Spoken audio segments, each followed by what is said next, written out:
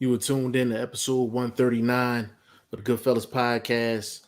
139 of the Goodfellas Podcast. Your boy G5 Jeff TV, aka G5, aka 5, aka the Guru.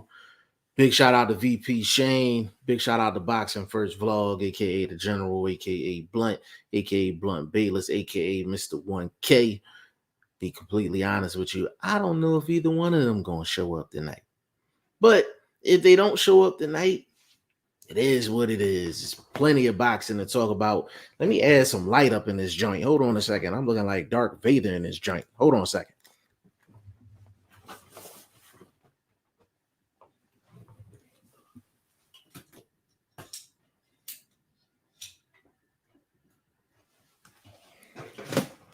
Oh, there we go. There we go. There we go. It's looking like I was ready to go to sleep up in this joint, man. Big shout out to everybody, man. Welcome to G5 Jeff TV. We're gonna wait for a couple people to get up in here, man. It's absolutely crazy out here in these boxing streets right now. I was gonna do an actual like film session, a little lab coat film session. I was expecting Vlog or Shane to be up in here, so I might hold off on that today. And might do that tomorrow, but it's plenty of boxing to talk about, man. So, anybody that's listening right now, put a one in the comment section if my volume good and you can hear me okay. Put a one in the comment section if my volume is good.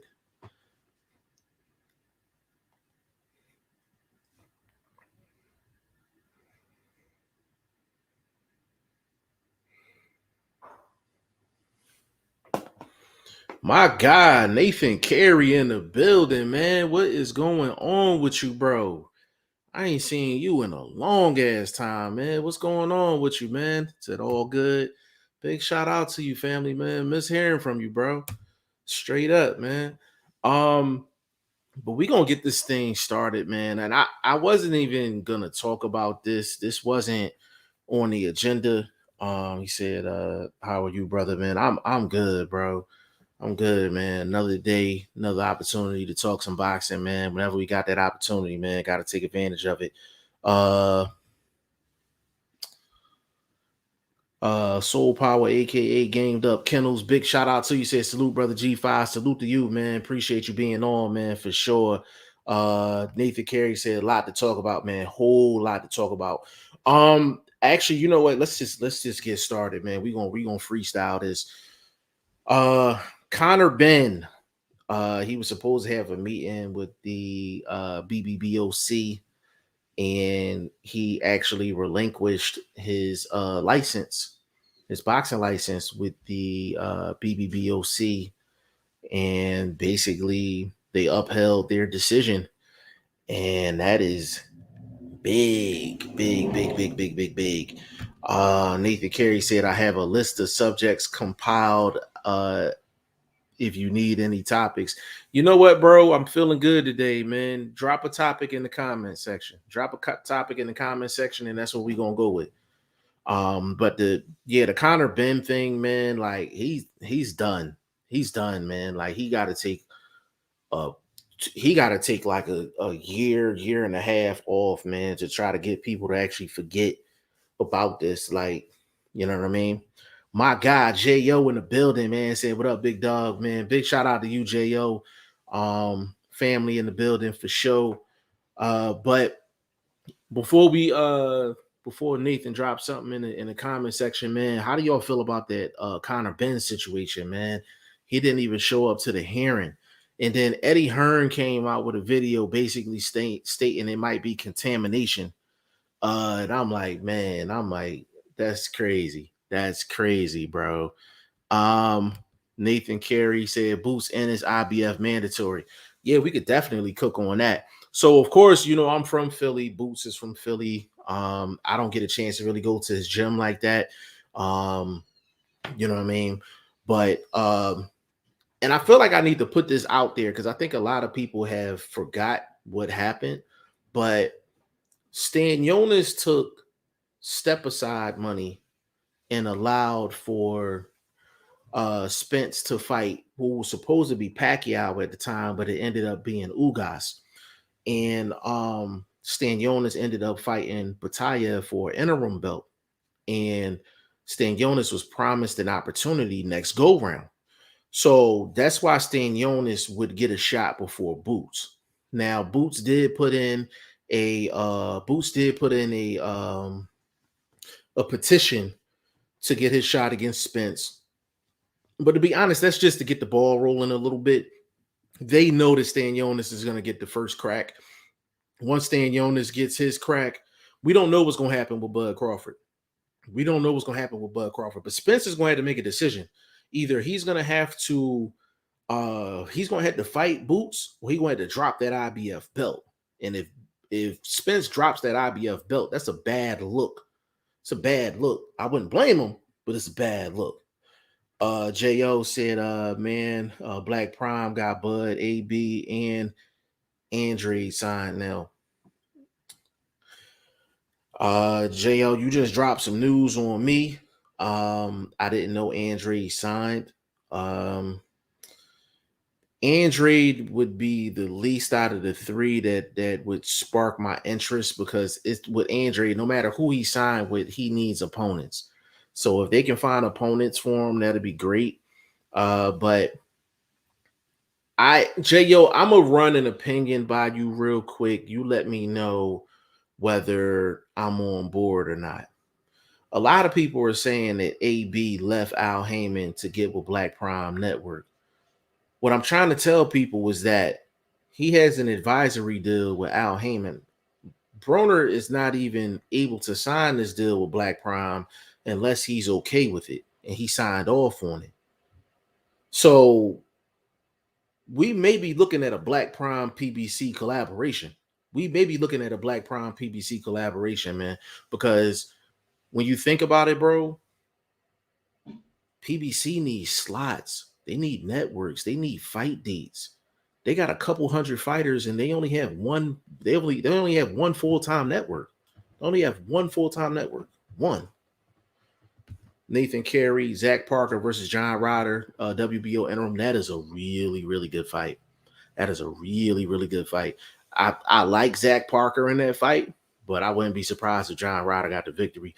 I thought John Ryder actually lost to Danny Jacobs. I gave Danny Jacobs, I think I had a 7-5 for Danny Jacobs in that fight. Big shout out to Martha Rodriguez, like how I rolled the tongue. Martha Rodriguez. Big shout out to Boo. Nathan Carey, Crawford should vacate and move up to 54. See, Nathan, that's the problem, bro. That's the problem that he has right now. Al Heyman controls everything at 47 and 54. He controls everything at 47 and 54. So if he stays at 47, he got to go through Heyman. He goes at 54, he got to go through Heyman. What fights are available for Bud at 54 that doesn't have anything to do with Heyman? Because he may say, okay, well, you didn't want to sign this fight with Spence. I'm not going to give you none of my other fighters neither. Al Heyman does operate like that, so we got to keep that in mind too. Nathan Carey, Avanesian. Bro, Nathan, you know the thing that made me so mad, bro? The thing that made me so mad, bro, is that a lot of people act like they didn't know who David Avanesian was.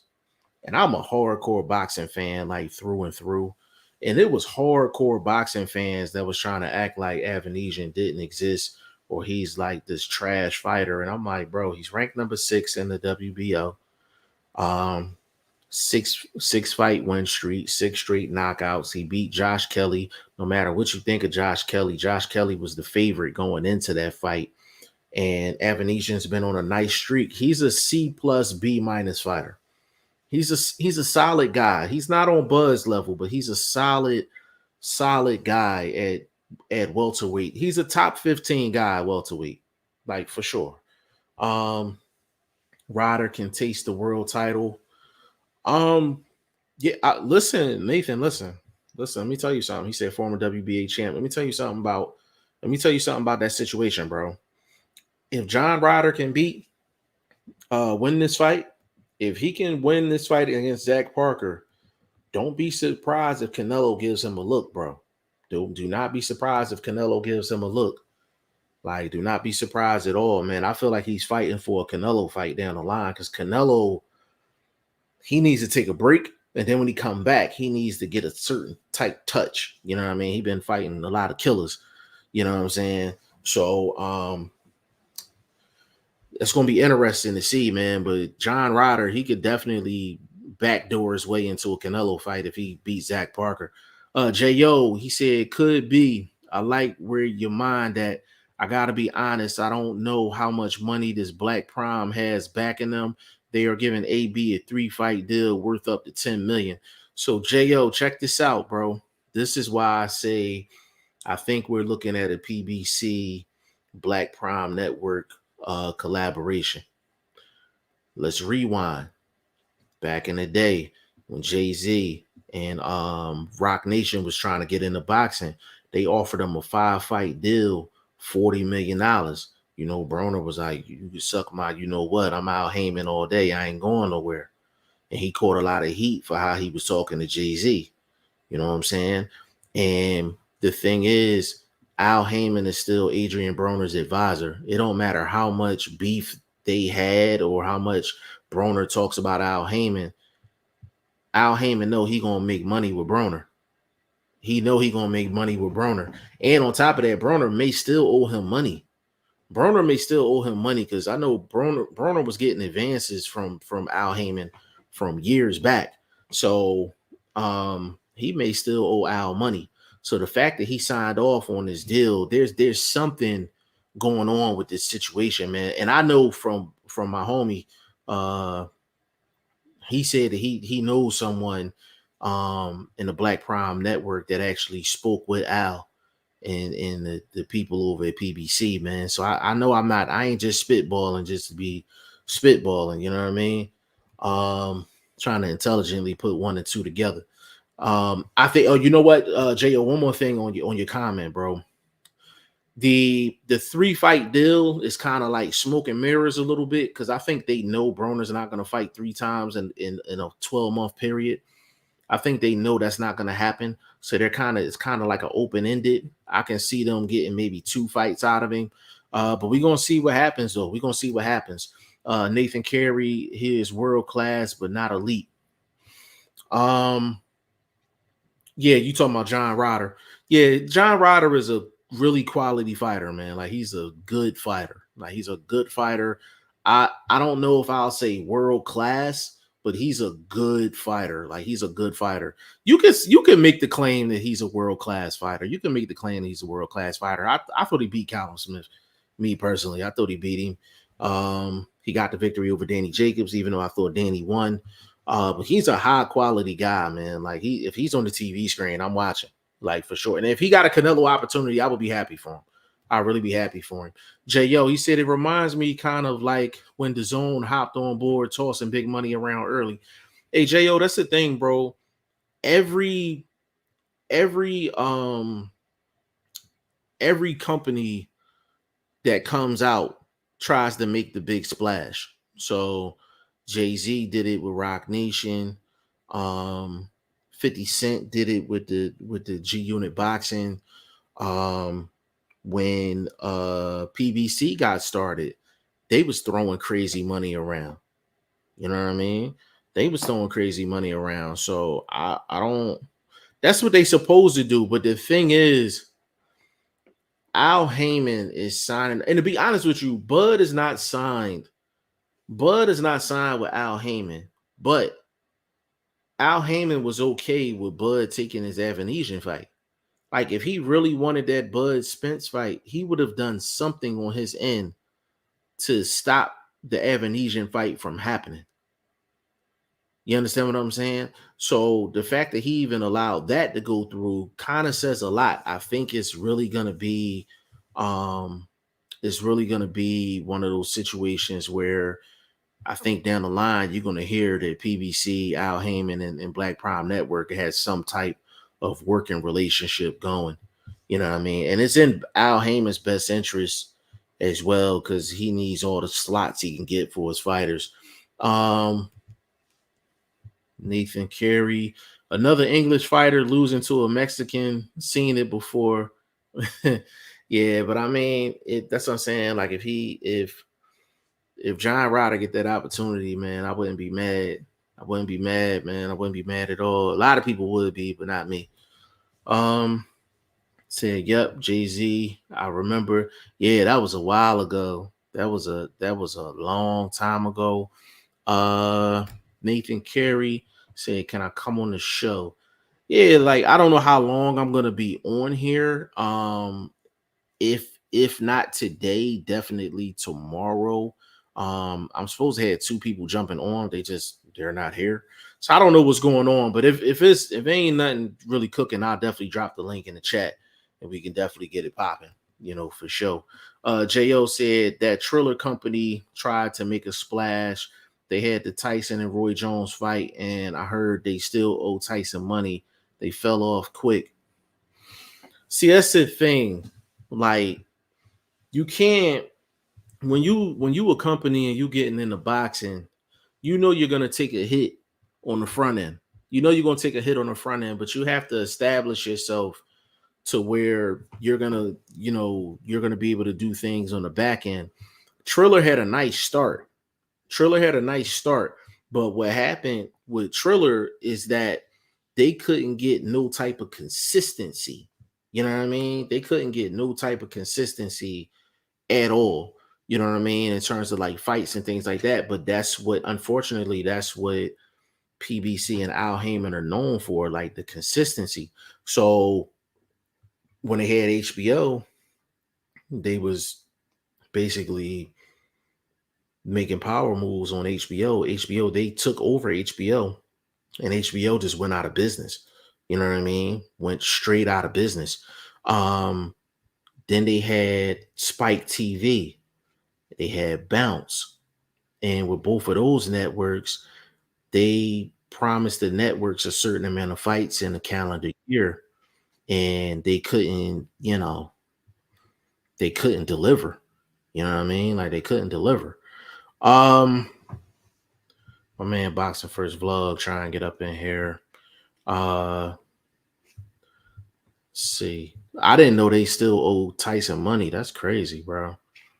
That's crazy. If that's the case, I'm surprised Tyson ain't go knock somebody jaw off their face. For real. You know what I'm saying? But to see, that's the problem though, Jo. Like they promise these guys this money, and anybody that's in business knows that you have to, you have to put money in escrow. That's the correct way to do business. You know what I'm saying?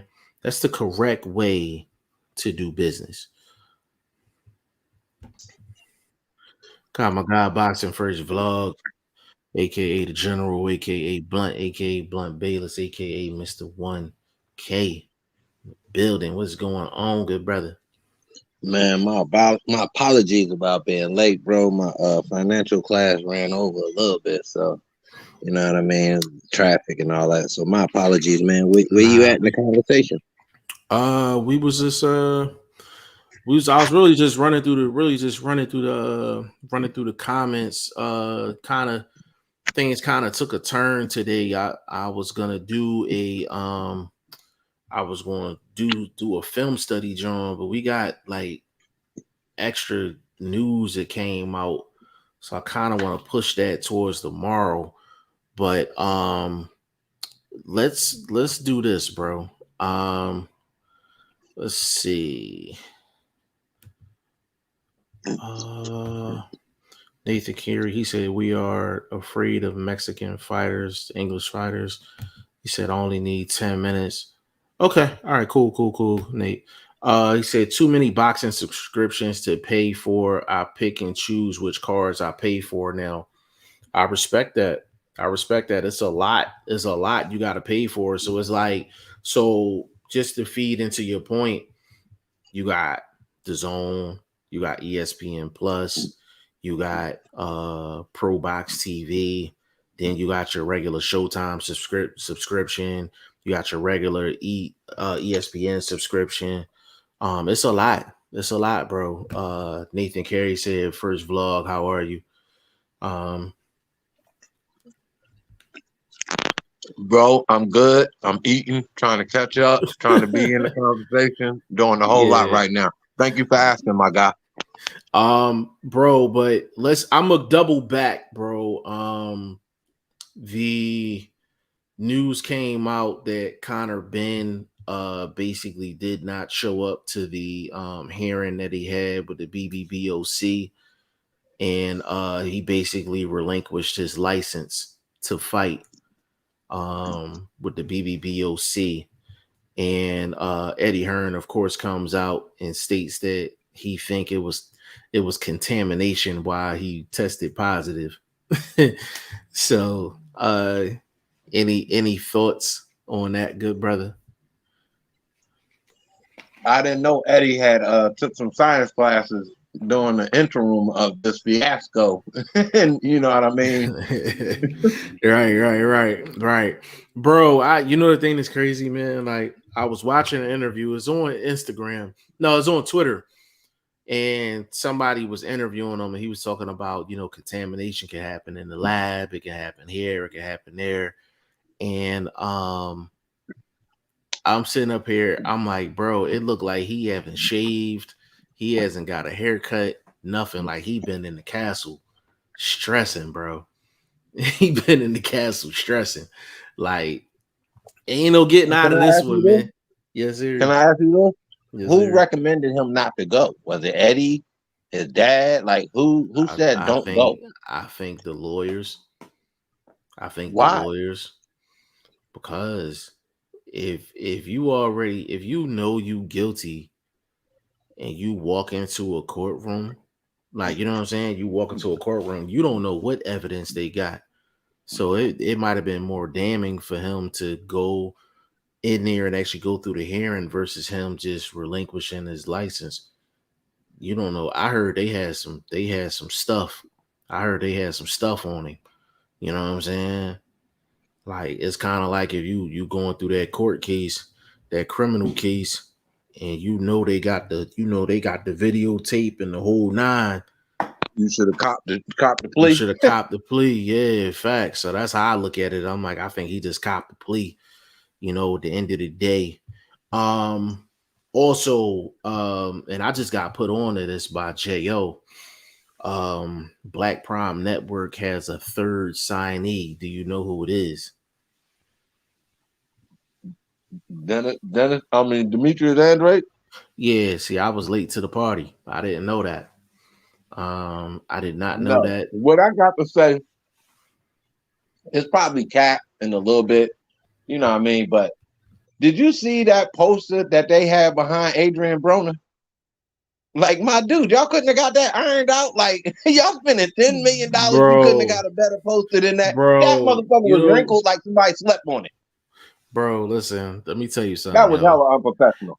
Yo, it looked like somebody ran track on that joint, man. Like, it was crazy, bro. That was terrible, bro. Bro, and you know the thing that's crazy, and it's like, and I gave Blue Blood his props in the last show, so I don't want to make it seem like I'm flip-flopping, right? And I never met that man before in person, but he gave the introduction to Adrian Broner. And, he's like, superstar boxer, 29 wins, 4 losses. Then he said a 69-inch reach. I was like, what? Like, I said, who mentioned somebody's reach when they introduced them? Yo, I was dying, yo. I was just like, hey, yo. You know what he needed? You know why he did that, bro? He needed a filler. He had to, he ain't have enough, bro. You know what I mean? Because the boy been so cold in the streets. Check it out, bro. He literally had the stream on live with just a chair. It was a chair in the wrinkled background for like over an hour. And then he comes on in the last like 10 minutes. Is like, is the moment of truth. Here it is. And then he just goes into his spiel. And I'm like, listen, man, big shout out to AB, man. Like, big shout out to AB. But yo, yeah, that background was so just, it was unprofessional. That's all I can say. It was very unprofessional and like, yo, they gave Bro, him I one ain't of gonna those. lie, bro. I got my banner. You remember when I bought my shit? Right, right. I spent like $250 on my shit, but I treat it like I spent $2,000 on it. You see what I'm saying? So I don't know, for a rollout situation, for introduction, you kind of giving the public a glimpse of, just your avatar, things like that. It just was hella unprofessional to me. So I don't take a lot of stock in their technical side now. That's why I kind of, that thought jumped in my head about the banner being wrinkled, folded, all this sort of stuff. It's like, well, damn, if y'all can't, take care of something like that, what the tech side gonna be like? That's what I'm saying. Like, I'm confused right now, bro. Like, well, Yeah. not confused, but I still have big questions about their tech ability. Yeah, I agree, bro. Nate Carey said I don't have much hope for Broner. I don't think a lot of people do, to be honest with you, Nate. I don't think a lot of people do. I think Broner's a name. He's always going to command the crowd, and just we don't know what we're going to get from him inside of the ring. You know what I mean? Yo, my guy, man, H Money Mob in the building, man. Big shout out to H Money Mob, man. Yo, listen. We got the link up, H Money Mob, for sure. We got the link up, man. Like, yo, his movement is like crazy. He be going on live like late night when I be at work. You know what I mean? Big shout out to H Money, man. He definitely be putting in that work, man, for sure. Big shout out to you, family. Yeah, man. Yeah.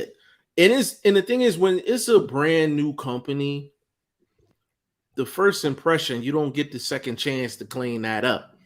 You don't get the second chance to clean that up. Yo, the chair. Bro, what's crazy, we just went over that in my financial class where, like when we eventually start meeting these prospective clients, that we won't get a chance to make a first impression again. And that's something I haven't heard in a while because, I'm an OG, not really mixing and mingling like that to make an impression on somebody, quote unquote. Obviously, I'm saying the listening public, I try my best to, but just in general in my everyday life, I don't tend to use that particular mantra, but it's big when you talking globalness and streaming services and, you know what I mean, just the boxing world, and you want to make a splash. The smallest little thing makes a difference, you know what I'm saying, or makes an impact.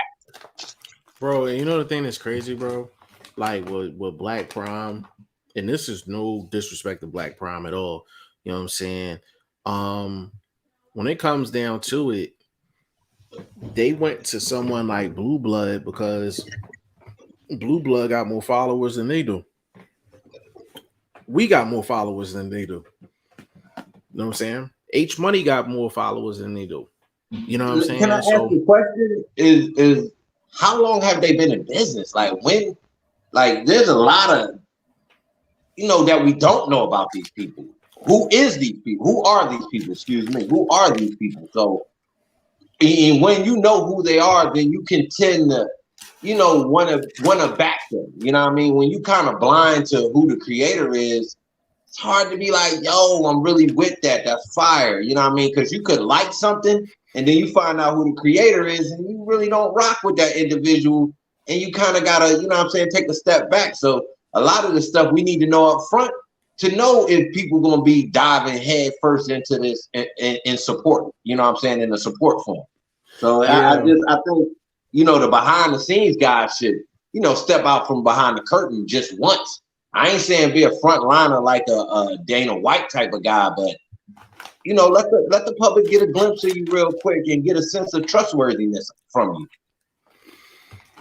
Bro, I don't know, bro. Like, that background really had me bugging, bro. You see, like, let me do this. You see how Dazan gave us Eddie Hearn / De La Hoya? Even though we know they're not the owners, runners, we kind of got a sense of the personalities in control to a certain extent. You see what I'm saying? Yeah. With Black Prime, we don't. We know a couple of fighters that y'all saying are signed to y'all, but who made that happen? Give me an idea of the guy so I can believe if he's really putting, you know what I'm saying, putting a smash on this boxing game. And we need to be month to month supporting him like we have been with Dezan for the past few years. I know I've been consistent with Dezan. So it's not that I want to be consistent with Black Prime, but I like a little bit more information. I like, just because you signed these guys don't mean you're going to give me good cards. Yo, I need an introductory press conference. That's my point. That's what I'm asking for. I need an introductory press conference, man. Nate said, where's Shane? He said he was going to try to jump in here. That's the only reason I ain't dropped the link in the chat. I was Shane's supposed to be in here. I think T Finney's supposed to be in here. There's supposed to be a couple of people. I was trying to keep the slots open. He said there is too many boxing streaming apps. So, Nate, I agree, but at the same time, I'd rather deal with streaming apps than to deal with $80 pay-per-views that don't belong on pay-per-view. It can add up to something. No, it's a balance. Nate, let me comment on what Nate said. You shot your spill, Jeff. I don't want to cut you off. I ain't gonna be in here that long anyway, so I might run my mouth a little bit. Me neither. Go ahead. I think it's like your favorite football conference or your favorite basketball conference. These are the teams you tend to follow, rock with. This might be the same thing with boxing. It just, you like Top Rank, you know what I mean? You respect the fighters on that card. You tend to pay attention a little bit more to what they're doing. So it's up to Black Prime to slot themselves in that position for the fans because they know it's other competition out there and they got to be eye-catchy as far as, people that we are used to seeing already, ESPN, Dezan. I don't know how many people mess with ProBox, but I know I might jump up on them since they don't cost that much. And I actually like a lot of the Thompson, Sugarbird promotion cards and guys like that, the little Florida promotions that's going on. I like a lot of those cards, man, because you get some spicy fights on there. So ProBox might get a real look from me in these next couple months. But that being said, though, I mean, it's up to Black Prime, though, really, bro, to draw you to them. I understand what he's saying, but if you look at a couple cards that they upcoming putting out, you might be the guy that starts to schedule them slots on your schedule to be like, yo, I gotta be open then because I'm about to drop this 40. You know what I'm saying? So I think it's up to them to really enforce our paying attention to what they're doing. No, you know what I'm saying? Yeah, for sure. Listen. I'm gonna keep it all the way a buck. We know Black Prime Network because they signed Bud, they signed Broner, they signed Demetrius Andre.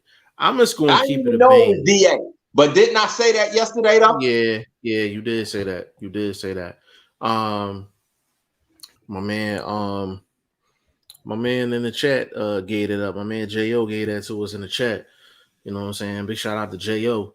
But to be honest with you, Black Prime Network, and I'm definitely screenshotting this. Black Prime Network. Hey, listen, y'all need guys that's hot in these boxing streets right now. Holla at your boys, man. G5 Jeff TV, Boxing First Vlog, VP Shane. You know what I'm saying? I ain't saying it ain't other guys out here that's hot in these streets. I'm just saying there ain't nobody that got the type of flavor we got. So if you want to use the platform, more than happy to do so. If you want to get on the show and actually answer some of these questions that people have, introduce yourself to the public. Yeah, you're more than welcome. Hey, man, we here. Like, you can reach us at media@g5jeftv.com, contact@g5jeftv.com, or g5jeftv@gmail.com. We got what you need. So holla at us and we can definitely set something up. But I think it's something that's definitely needed. We about 35 minutes in.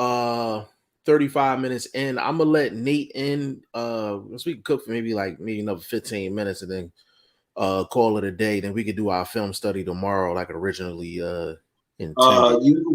Real quick. I don't. I know we're supposed to talk about the cards coming up, but just your thoughts, real quick. Zapata, JoJo. That's a good fight, bro. That's a good fight. That's a 50-50. That's a 50-50 fight in my book.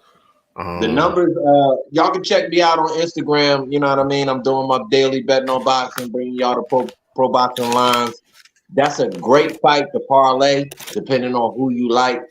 It don't got a lot of value as far as payout, but if you parlay it properly, 4 or 5 sort of fight parlay, probably get a bag. You just got obviously make the right pick, but either guy is a good choice for, you know what I mean, those that are fans of boxing and kind of don't know which way to lead. Both of them bring some sense of value as far as Zapata being a favorite. I think it's like 170 if I'm correct, but y'all got to check the Instagram for, you know what I'm saying, get the official numbers. But right now, I think JoJo like a plus 130.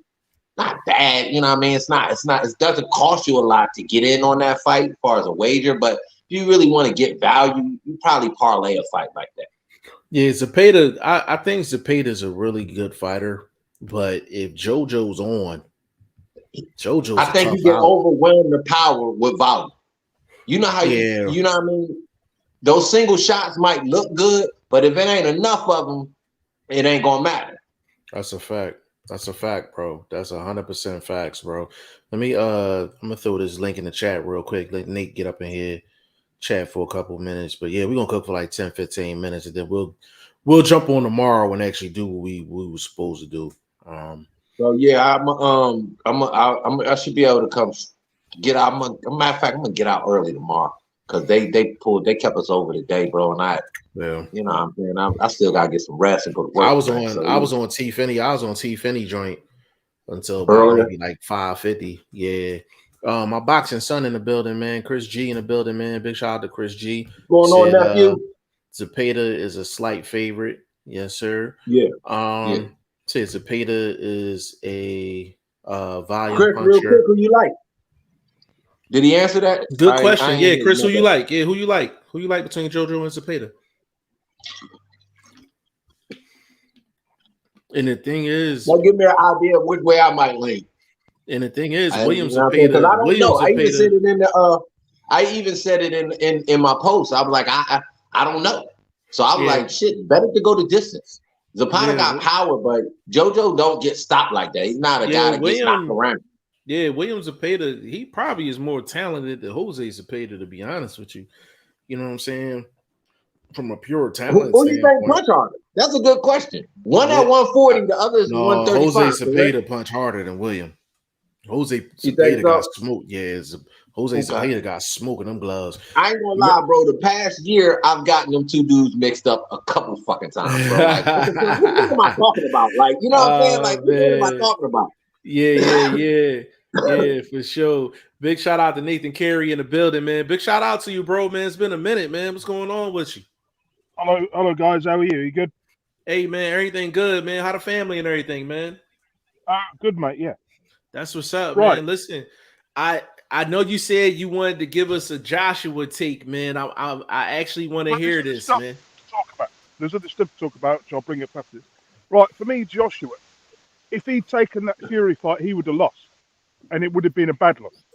And I'm so glad he didn't take it. I know boxing's about money, but sometimes you've got to think about your career and your health and, your future earnings, isn't it? I know he would have earned a load of money out of that fight, but I think he's made the right decision. If you look at all the good fights, sorry.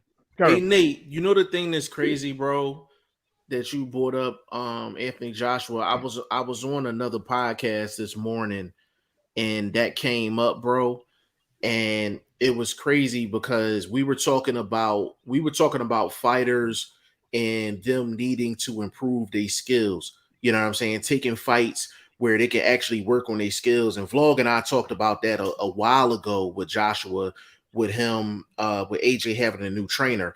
But when you have so many people that got their hands in your pockets, like you basically the money man, they don't value the fact that you have to work on your craft. They don't value the fact that your growth, your development, or your development. So Nate, what you said is 100% facts, because it would have been boxing negligence if you send him in there with Fury after 2 Usyk fights, like, and he got beat clear both fights, And like it am was I correct? competitive. Am I correct? This would have been his third fight or second fight with Garcia. That was his first one. So it would have been the second fight. But it's not like Usyk completely annihilated him. Joshua was still standing on his feet. I know it was white. This shows how good Usyk is, doesn't it? It proves how good he is. But Nate, we know Fury is a different animal when it comes to the wear and tear that you may get facing a Fury compared to facing a Usyk. Usyk, right. You tend to get more of a lesson. Fury, you tend to get more of a beating. You know what I mean? So we all on point when we think that was a great move not to take that fight. But real quick, what's your thoughts on this white AJ situation? Is it sparking your interest? I mean, we have seen it before. To see Joshua against White again in a rematch? Is that what you're asking? Yeah, like, is it sparking your interest? It's not for me. When I saw it, it didn't jump off the screen like, oh, I can't wait for that one. Like, it is a little bit, but the problem is, obviously, we know White's fighting Jermaine Franklin. Jermaine Franklin is no mug.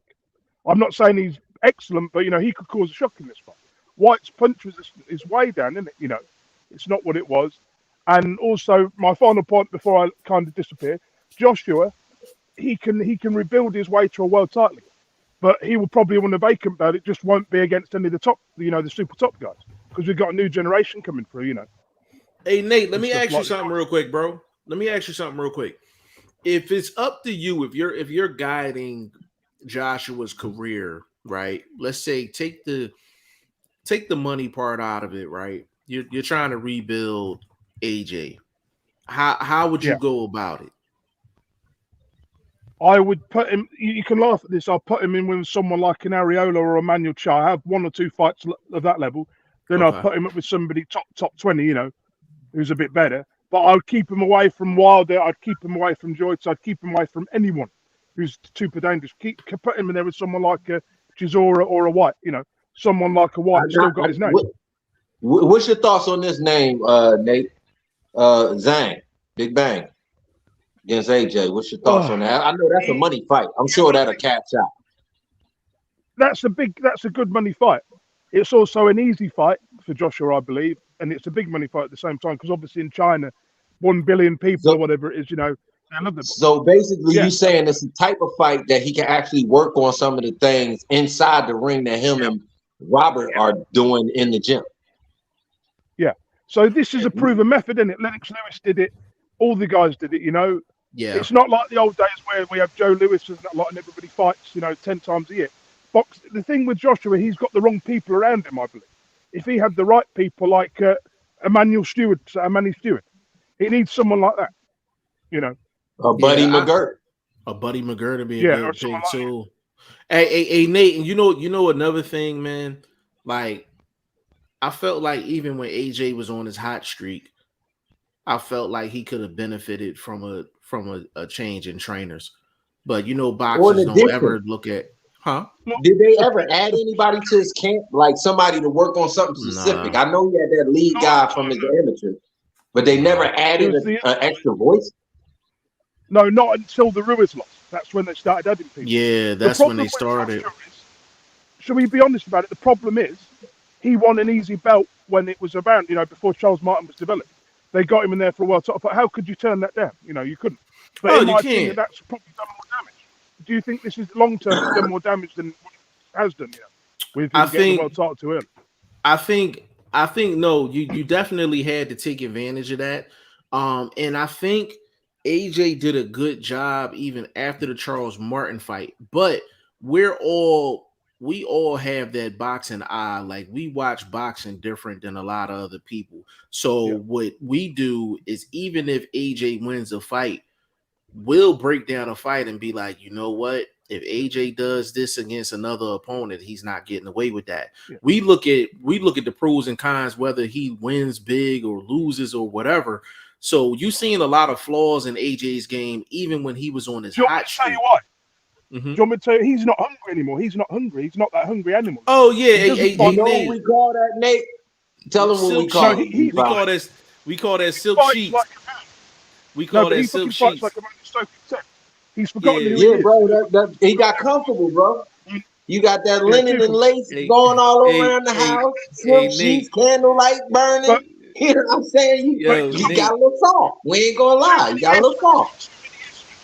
if I went Nate. to Joshua, if I was coach, look, these people need to fucking go. Sort Yo, yourself out. Be the person you used to fucking be. Not hey, this Nate. bullshit. He got like sage in his bedroom, yo, and incense, like, and he silk sheets. got potpourri burning on the stove. He got potpourri burning on the stove, man. But Like, on Hey, a serious hey, note, I got he real should quick stop. though, real quick. This will give me an idea of where y'all think he's at as far as ranking him with in this current state of heavyweights. Does You he want me to be beat honest? I'm Herkovic? giving you a quick rock. Hold on, Nate, real quick, Yeah, Nate, answer this for me. Does he yeah. beat Herkovic? From what I've seen, yes. 9 times out of 10 he beats yeah, it. Herkovic not So the it way sounds like Herkovich he's looked still against B Zane. plus, kind of A minus, still that guy. And for me, he showed improvement. That left hook to the body, very consistent, paid off for him in that fight. That's something definitely new that he's used consistently. I'm sure he's probably thrown it in fights in the past, but not something he keyed in on and started becoming repetitive motion for him. He was really looking to land that, and that's a good punch. So if you doing things like that, you telling me you can improve. You can add a couple wrinkles to the game even at this stage in your career. Do you think he'd beat Joyce? Because I'm starting to wonder if No. he would. I don't think he would, do you? At this Nah, I stage. don't think so. He I'm gonna doesn't be beat honest, Joyce. bro. Only He beat person I Silva. really think could beat Joyce is probably two people. It's gonna be Fury because he can deal with punishment, and we know he can because of what he went through with D. Wilder. Yeah. That said, it would be Usyk because we know Usyk's a real technician, and when he fights smart, he fought smart against Chisora. Remember, he never really engaged, but he got his work off. I think he could probably pull that same thing off against Joyce. Yeah, I tell you what I think about how a Fury Usyk fight would go. I don't think it would be the fight we were expecting it. I think it would be a dull kind of fight, very technical. I don't think you'll see any knockdowns. I just think it would be very technical. Fury might stop him in the night for the 10th round, but for 3 or 4 rounds, I could see Usyk running rings around him. Yeah. For 3 or 4 rounds, and then that's still an interesting fight. It ain't a bad fight though. We gotta be honest. That's not a marquee pay-per-view, but as far as boxing hardcore, because you got the big brawler, slugger. Would you agree and say that Usyk is more skillful than Fury? I'd have to say at this point here. It was a little bit better. Who's more skillful than Fury? For me, I think it's different kind of skills. There's not a lot in it. There's not a lot in it. You said is Usyk more skillful than Fury? Do you think he's a little bit more skillful? Would you say? Oh yeah, he's definitely more skillful than Fury. Like I see, he's definitely more skillful. I would agree, but slightly differentiate because Fury is skilled at what he does. Yeah. You understand what I'm saying? Yeah, he is like for that style. He's no grinding. Yeah, you know what I mean? He's good at what he does. That's all I can say. Remember the Drunken Master? Yeah. I do. That style of awkwardness, he was good at that. There's not a lot of fighters that are awkward and they're good at being awkward. They just make it through their careers being awkward. Hey, Vlog, I'll meet you in the middle of the street. Hold on, real quick, Nate. I'll meet you in the middle of the street, Vlog. Tyson Fury is one of the best at winning fights, whichever way it needs to come. He can win a fight in 5-6 different ways. What'd you say? That's such a shit fight, isn't it? Derek Chisora against Fury. Oh, bro, hell yeah, bro. Hell yeah. That fight is trash, man. They said they got tickets sold for that shit already. They said they got numbers for that. You ain't paying for it, Nate? Nate, you paying for it? Because I don't want to pay for something I've seen before twice. It don't make any sense. I know. That's why I asked you earlier, Nate. Hold up, Nate, real quick. That's why I asked you earlier your thoughts on White AJ.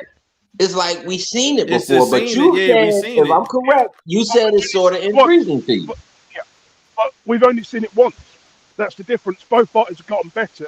Obviously, White's punch resistance has gone, but it's a different kind of fight. It's probably closer, a little bit closer than the Chisora. I see what you're saying. Fight. Let me jump in these comments real quick. From that point of view, yeah. That's why you got to listen. These comments. Right, guys. You always listen. I got you. Your way then. I'll see. Are you on tomorrow? Yeah, hey, bro. Listen, jump on with us tomorrow, man. Like, we're gonna do like film study and all that, man. What time? I don't know if you. What time? Around the same time. Is it 12? Around the same time. Okay, now. Yeah, around. What time good? What time you usually up? Like, what time is good for you? Because I work night shift, so I'll be up at about 11 this sort of time. I'll be up. So. Okay, all right. Yeah, guys. no. We're gonna be on tomorrow. So, I don't know where you. I don't know where you seen I was going live at, but I'm gonna post in the same spots. So we'll definitely be on tomorrow, man. I'll definitely let you in the door, man, earlier, and we can cook up. Okay, Jeff. Okay, Vlog. Right. I'll see you guys tomorrow. Take it easy. All right, Thank bro. you for having me on. All right, bro. Take care. Bye. All right, you got Bye. it, bro. Bye. Chris G. Hold on. He said Zepeda. I like Zepeda in that one. I've been a fan of Zepeda since he fought Tanahara, but I knew of him before that fight. Yeah, I'm gonna get to that in a second. Chris G. Joshua makes like high end 8 figures every fight. He's definitely in those silk sheets, bro. He got silk sheets in different colors, man. Yo, he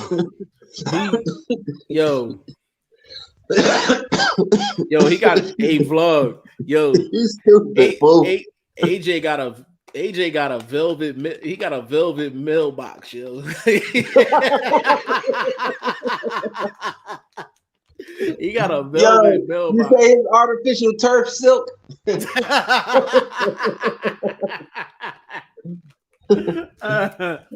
Man, show you right. Oh man, that's some funny shit. I mean, but I'm getting, man. We was giving them a little bit of the business over time on the channel. Critiquing them kind of hard, especially coming from Shane's side. I would say that a little bit more. He's been a bit harder and rougher because that's obviously country mate and all of that sort of thing. So I get it, him being a little harder, but I did slightly see improvement. I still question Robert Garcia's style for him, but the consistency of that left hook, which is a very underused punch in the heavyweight division. I think this body work in general is very underused in the heavyweight division. So I think the biggest thing that I seen in AJ, and I don't even know if I can credit this to Robert Garcia, AJ looked like he wanted to win. Like he looked like he wanted to win, man. Like he was motivated for that fight, man. Like he was willing to actually fight. He showed effort. My man, Clarence, that's how great minds think alike. I was thinking that as soon as you was about to start talking, the word effort came on my mind. Yeah, my man Clarence McLean in the building, man. He got one of the hottest podcasts out right now. It's just strictly on Instagram, man. No Duck Zone podcast, man. He be having me locked in the mornings, man. Big shout out to Clarence McLean, man. Man, I be missing him, bro. I be in his class, man. I be missing him. I be tapped, bro. I be tapped in, man. Like they be in there bugging. Yo, I don't want to tell him I'll do nothing, but where to help cats like me? Put some clips up, bro. Bro, you know what I mean? Clarence, bro, this is what I need you to do, bro. Like we're struggling with this too in terms of the consistency in which we do it. But I'm telling you, bro, it's successful. Take certain clips from your show, like highlight moments where something might be funny or a really good point or a controversial point or something like that, and actually record it and actually drop it as a snippet. Like drop it like a snippet on Instagram. So your podcast be like longer than mine. Your joint be like 2 hours long, like 2 hours plus. The thing is, bro, everybody's not going to watch all of that all at one time. And that's something that we had to learn. So we were getting more views off of a 1 minute clip than we was getting off of the entire show. So you might have to start going through your actual show and find maybe 3-4 clips and actually put them on Instagram, man. But you can call my phone. We can definitely rap about that if you need more info on that. But go look at my page and look at the clips, like the one that I put up with Vlog on it. And Vlog was what Vlog said? Oh yeah, Vlog was like, what if kind of been get breast milk or something like that. Like, you know what I mean? I'm telling you, it's gonna work. It's gonna take your joint to the next level because your joint, you got the same problem we have. We be dropping so many gems in the podcast, bro, that if we don't chop it up, people gonna miss it. You know what I mean? But we could definitely rap about that. Chris G says 60 to 80 million every fight for a long time now. Yeah, man. He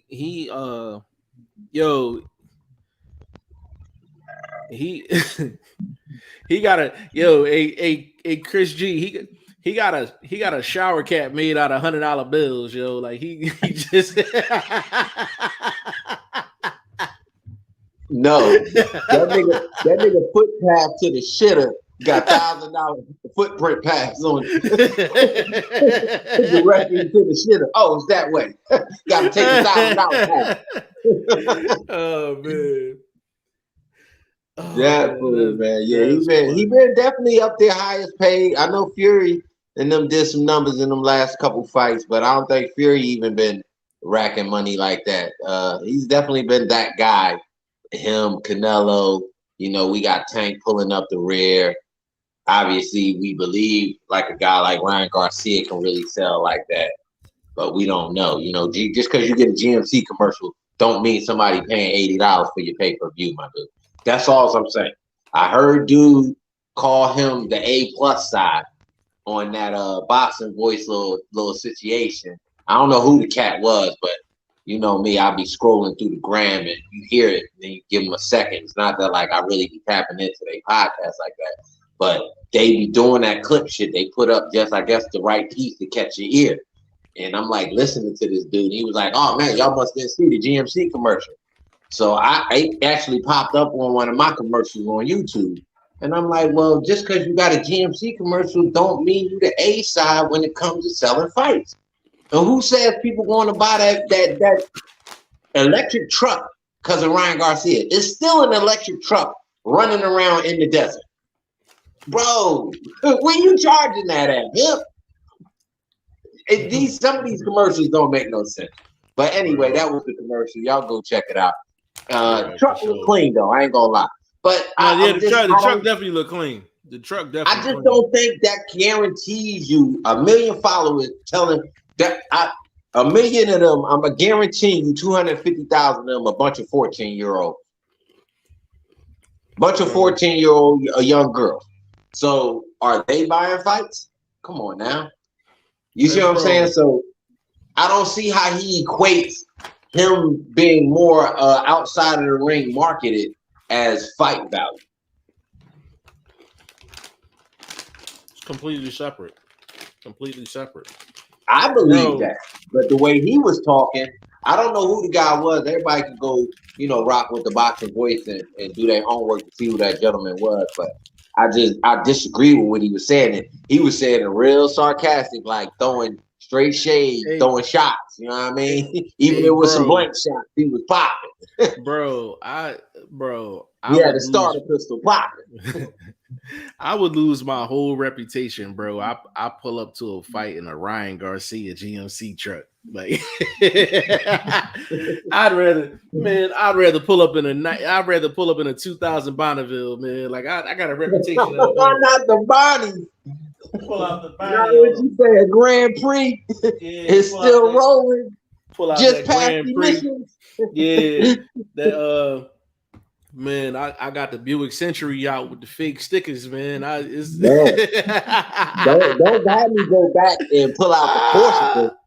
Yo, my guy in the building, man. My guy, stay ready in the building, man. Big shout out, bro. What's up with it, fam? Ain't nothing, What's going man. on, big dog? Man. I was just chopping it up with your boy Mo City earlier this morning, man. That's my guy, man. Menace. Yeah. Yeah, that's the homie, man. Yeah, what's up with you, bro? Man, chilling. I seen you live. I said, let me go check him out. I don't get a chance to hear my bro often. I seen you had the link in the chat. I said, you know what? Let me cook with my brother. You know. Yeah, hey, bro, man. You gotta. I'm gonna stay on a couple extra minutes for you, man. Bro, what is your opinion on this Black Prom thing, man? Like, I'm hearing so many different opinions, man. Like, and we ain't chatted in a minute. Like, what's your thoughts on it, bro? So let me be honest. I'm a boxing fan at the end of the day. So what brought me to this sport is is being a boxing fan. What's gonna keep me in this sport is because I'm a boxing fan. Giving me more boxing, I'm not disappointed about it at all whatsoever. Give me more, give me all the boxing. I want it. The only thing I'm upset about in any form, way, fashion is that I'm not getting the Earl Spence Bud fight next. Other than that, I don't care. It's more boxing. Yeah. And they black owned. So that's even better. Yeah, let me interject real quick, Jeff. Go ahead, bro. I analyzed it this way yesterday on the live. I said, what if this is PBC's way to find out what Bud's true value is, as far as really the draw, views, maybe sales, you know what I'm saying? Obviously sales, but I think more views, more or less, for them, you know what I mean? Because views equate to sales, obviously, to a certain extent. That being said, do you agree with that? Is this something that you think that they may be looking at from that angle? Hell, what if this is a new platform PBC is going to because they don't got Fox no more? Bro, this is why I said that yesterday. Bro, you know the thing that's crazy, stay ready. What's up? You see so many people posting and they like, yo, Broner got rid of PBC to go sign with Black Prime. And I'm like, and these are like hardcore people. And I'm like, so we got on here yesterday and was cooking. We like, yo, Al Heyman contracts is airtight, bro. Like, Al Heyman don't just let you out of a contract for you to go sign with somebody else for $10 million. I'm like, bro, he has to give the green light. I said, so this is probably a PBC Black Prime Network collabo. Y'all got to remember this. Do you know how many people has left the PBC but was still under the PBC? Like, let's not forget that. Mikey Garcia was still under the PBC fight. So was Dan Jacobs. So was what's my dog? The Ukrainian. Fuck. He fought Jamel early in Jamel's career. The one that Triple G fought? Yeah, and he said not Evan. I said Evan. Yeah. What's his No, not Lomachenko. He said he regret leaving the PBC, but even Al still had connections. Like, you never truly leave the PBC. You don't, and that's what I'm saying, bro. In contracts. Yeah, like it was crazy, man. Because I'm like, so now you look at it, right? So of course the Bud and Spence thing not happening next, and there was a bunch of fingers getting pointed all over the place. Stay ready. You can't tell me Al Heyman ain't know about that Avenesian deal. I'm gonna be honest with you. I don't think he did. I think that was something different. I honest to God, really do think that was different. Really? And I'm gonna tell you why he might have did, but I'm gonna tell you why. He's not Bud's advisor. Daniel Canahan is. Well, that's the thing. That's the thing, bro. The reason I'm thinking he knew, let me rephrase that. I think he knew about Black Prime Network prior to that. The Avenesian fight he may not have known about, but I think he was definitely up on things. And you really got to put one and two together. Like, if Blue Blood was talking to them long enough to get some type of deal worked out, Al Heyman definitely was talking to him. Like, you know what I'm saying? Like, so it's just crazy how things is like working out. But I just, at the end of the day, I'm like, are we gonna get fights on Black Prime? Is the stream gonna be good? Is it gonna be quality opponents? Bro, you know we were saying, we was joking around about it earlier, but we was dead serious, bro. I'm like, yo, they need to do like an introductory conference, like a press conference, like an introductory press conference. They should. Even if they ain't got none of the fighters there. Like, but we was also keeping it solid too.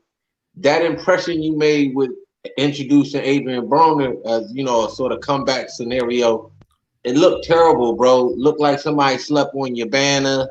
You know what I mean? Adrian Broner, he spoke well though. I'm gonna give him that. I don't know if the questions or the intro was as solid as it could have been, but you know, this is first time out the gate. You know, everything ain't gonna be 100, I guess. So hopefully, like I said, I'm optimistic that they can improve. But my main thing is the tech. The tech is so important. That stream got to be right, man. Like that stream has got to be right. Now I've watched a couple Pro Box TV cards. Now they stream is on point. Stream is on point. I haven't had one issue with Pro Box TV because my dog, Cruz Hitman Stewart was on a card, I think maybe like 2 months ago, and he was fighting on the card. He was a co-main event on the card, but he signed with Salida, and they had him fighting out there in Florida. So I copped the Pro Box TV for that, and that stream was on point. I had no problems with it at all, man. But that's gonna be they need to these people trying to reach a wider audience too. They need to reach out to the G5 Jeff TVs and the Boxing First Vlogs and the Stay Ready Boxings and all that. They definitely need to reach out. They need to reach out because listen, no disrespect to Blue Blood. I don't know him personally. No disrespect to Blue Blood, but he reaches his subscribers is a lot, but his demographic is real specific. Yeah. I'm like, you gotta reach the Stay Readies, the G5 Jeff TVs, the Boxing First Vlogs, like the YSLs, the Shields. You know what I'm saying? We international over here. Goodfellas Podcast International. I'm gonna throw you a bone. You know I got another channel, right? That's why y'all haven't seen nothing on my channel. Go to Ringside Views and you'll see all the interviews. We just interviewed Raymond Ford yesterday, but it won't be up to next week. It's me and yeah, I was wondering that. You haven't popped up in a while. Come to think about it. It's me and another person. It's my partner Val. We business partners. We doing it together, and it's Ringside View. And you'll see the Regis Prograis, the Shakur Stevensons. Yeah, I just subbed to it, bro. All the interviews, all the top talents. We got. I'm working on. Send me the link, Jeff, to the IG. Yeah, I got you. Cool Boy Steph, getting an interview with him coming up. Dave Morrell. Val speaks Spanish, so y'all gonna get that. That's a big look. That's a big look, homie. Yeah. Ronnie, okay. You got Quentin Randall. Okay, yeah. Ray Talib. Yeah, y'all stack. Yeah, y'all stack. That's up. No. We definitely. I be needing stuff to listen to in the late night anyway when I be at work, man. So I'm gonna definitely run through a lot of these joints. But yeah, Black Prime. They need to holler at us, like for sure. Like they need to holler at us. Like not even trying to be funny. Man. Like not even trying to be funny.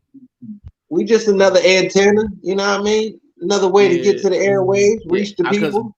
I just hope they don't think that just reaching out to one YouTube outlet is going to get them where they need to be. If they really trying to get it popping, they need to reach out to us. They need to reach out to the YSMs and the Bushidos, and you know what I'm saying? And there's a bunch of other channels they need to reach out to if they really trying to get it popping. Really trying to get it popping. No disrespect to Blue Blood. Blue Blood ain't enough though.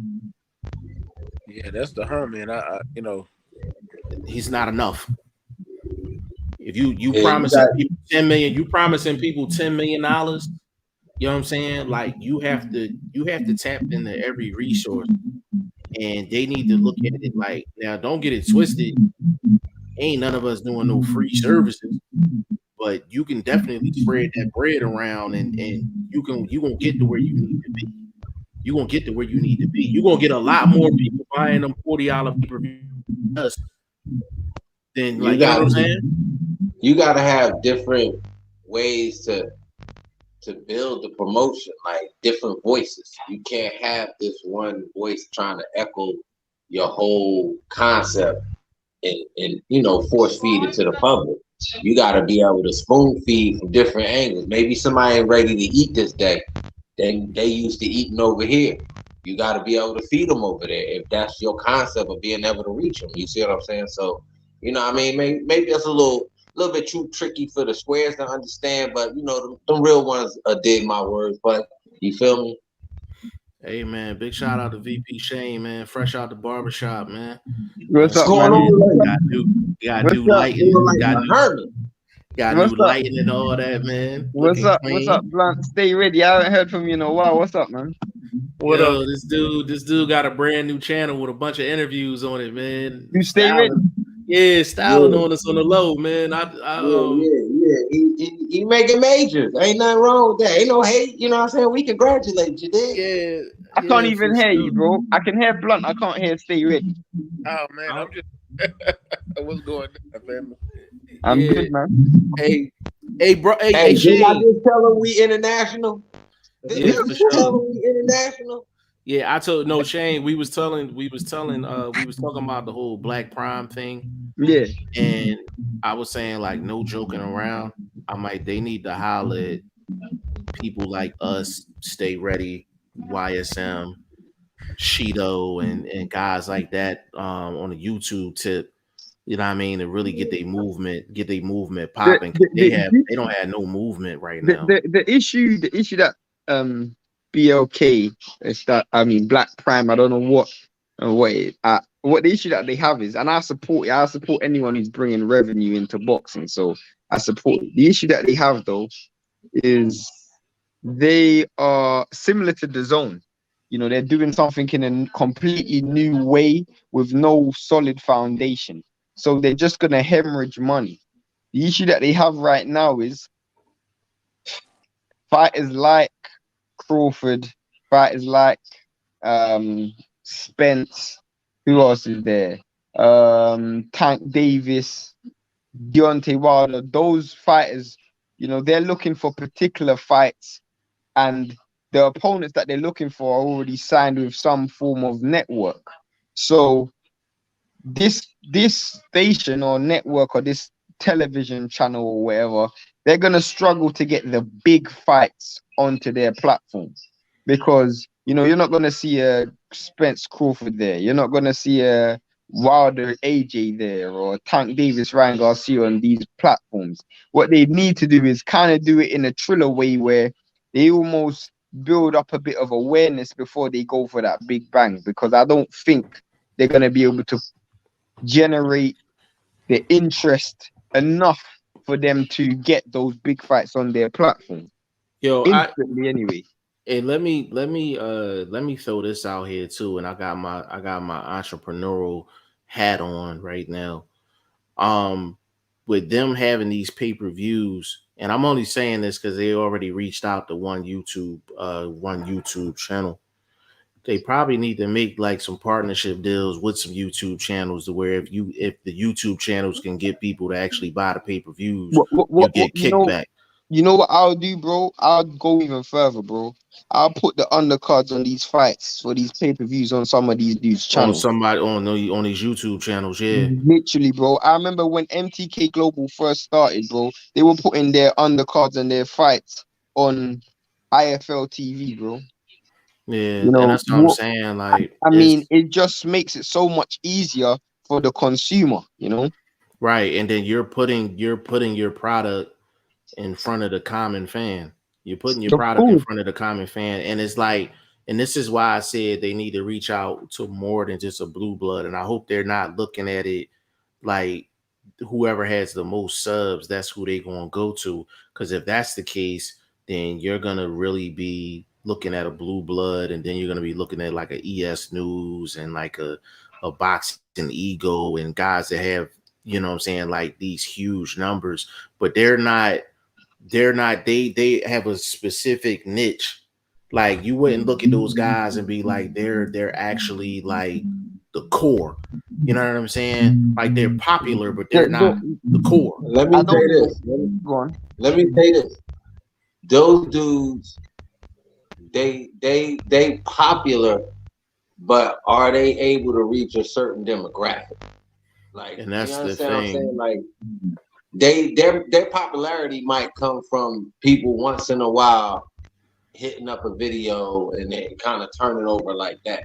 Like, if you got a core base that really rock with you, that's hard to really just say one person has it, one person doesn't, based on numbers that could be bought. And that's no cap to any YouTuber, but we know how the game goes.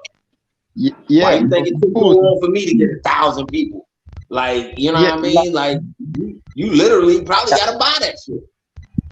Like, you know what it is, bro? It, even to add on to what you guys are saying, more importantly is, are you getting a new market? Because the people who watch Ellie Setback, and shout out to Ellie Setback and all of those dudes, you know, whether it's Fight Hype, Fight Hub, whatever, you know, they're going to be the same run-of-the-mill fan. You know, what you gotta understand is majority of those people, yeah, exactly. Majority of those people who are subscribed to those channels are subscribed to those channels because of a Canelo video or a Wilder video or, you know, Wilder content, something that was innate, that they were able to capture the casual fan. You know, there isn't 500,000, in my opinion, there isn't 500,000 die-hard hardcore boxing fans in America, in my opinion, based on what I've seen. Well, if there isn't a YouTube channel that has 500,000 hardcore boxing fans. Anyone who has 1 million to 500,000 to 1 million subscribers, you can imagine about 70% of those are casual.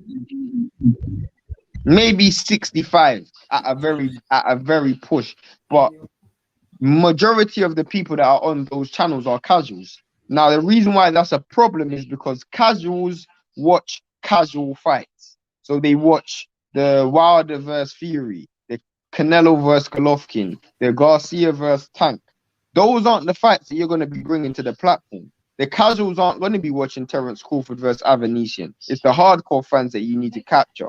And you need hardcore channels. So I'll give you a example. Go on, take over. Go on. No, I just said I agree. I was agreeing with you. Yeah, of course. Like, for example, someone like 78, for example, 78 Sports. I can tell you that whoever follows him, I know is of a certain understanding when it comes to boxing, because he doesn't do casual boxing.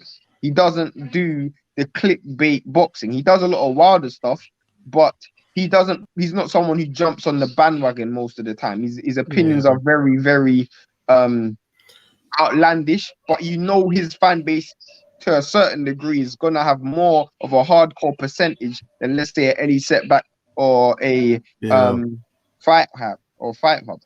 Yeah, we in a really interesting situation right now. You know what I mean? Go ahead, Vlog. Oh no, I agree with everything the little homie said, man. Your base gotta be. Now, I wouldn't say just a paying base, but a base that pays attention to what's going on in boxing. Because we like boxing, we love boxing. I was saying it yesterday. It boils down to the love of boxing. If you love boxing, you're gonna give something like this an opportunity as a hardcore boxing fan. So to support them, Shane hit it on the nail. You're gonna need some hardcore boxing channels that have different varieties of outreach that are consistent and improving. Like, yo, this guy's in the chat from New Zealand rocking with these dudes. Oh man, G5 only got 8,000, 9,000 people. Who is this vlog dude? Credited writer? What? Who is this loudmouth dude? But it be on point though.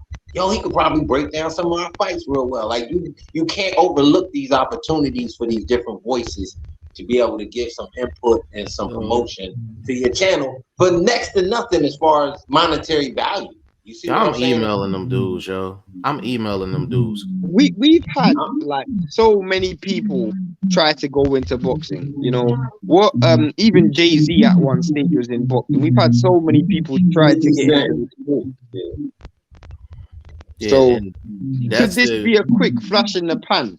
You know, well, is this we don't know. This is the thing though, Shane. It's been a lot of people that's tried to get into the sport, and a lot of them have tried to sign Al Heyman fighters. This is the first time Al Heyman's actually signed off on one of his fighters actually signing on to a whole different network. Not like a Danny Jacobs situation. Like this is a whole separate deal. Like you never heard of Danny Jacobs having a whole separate deal. He was just able to go play across the street. Like he actually gave us the green light. That's actually the news that's within this story. It's not even about Broner getting in the ring. It's really about Heyman. The issue with this though is it's the right fighter. If it was a Tank Davis, if it was an Errol Spence, then I'd be like, okay, but it's the right fighter. AB, he can take the risk with AB though. Yeah, he can take the risk, but at the same time, though, it's really the principle about it. The fact that he signed off on it. He don't ever sign off on nothing in regards to this. Actually giving the green light on another network having his fighter. That's big, even though if it is AB. I mean, it is big. It is big, but at the same time, I think Al Heyman is, for me, I'm just keeping it 100. I think this is the direction where boxing is going. And Al Heyman, to a certain degree, he's probably still kind of slow on the uptake because he's still working with the Fox and the Showtime. He's not using the apps like ESPN or The Zone. And I'm not saying ESPN or The Zone are better than PBC. I would never say that. But I'm saying we can all agree that the direction in where sport is moving, period, is things have to be quick and easy. You know, very palatable. You don't have to go through all of the different streams, you know, to just watch something. I feel like we could all agree that in terms of customer journey, PBC are probably the hardest to digest. You know, 9 times out of 10 you're paying for a pay-per-view, 9 times out of 10 you're getting a trash undercard, and 9 times out of 10 you're either on a Fox, Showtime, and the streams aren't as good. You know, it's not as accessible as, let's say, a The Zone or ESPN. I'm not saying that makes it that their quality is better as a company. I just feel like they're less advanced in terms of technology. That's the best way I should put it. In terms of technology and interaction with the public and the next generation, I would say PBC are the slowest on the uptake. And something like this BOK could be something that Al Heyman may want to invest in the future. So that could also be a reason. Yeah, we got to do more homework on the actual company. Is that international? It's BOK International.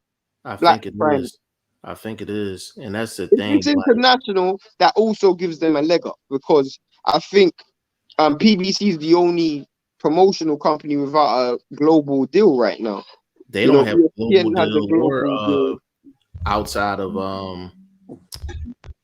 they really don't have anyone outside of Showtime. But Showtime still isn't global. That's my point. They only have one full-time network. That's Showtime. That's it. And that's United States only. And we can see the issues with what that causes, because Errol Spence and Terence Crawford. Yeah. If they had international TV on that, we wouldn't be discussing 15 million, 10 million. International TV would have covered a large majority of that. So and they have a couple hundred fighters with no slots.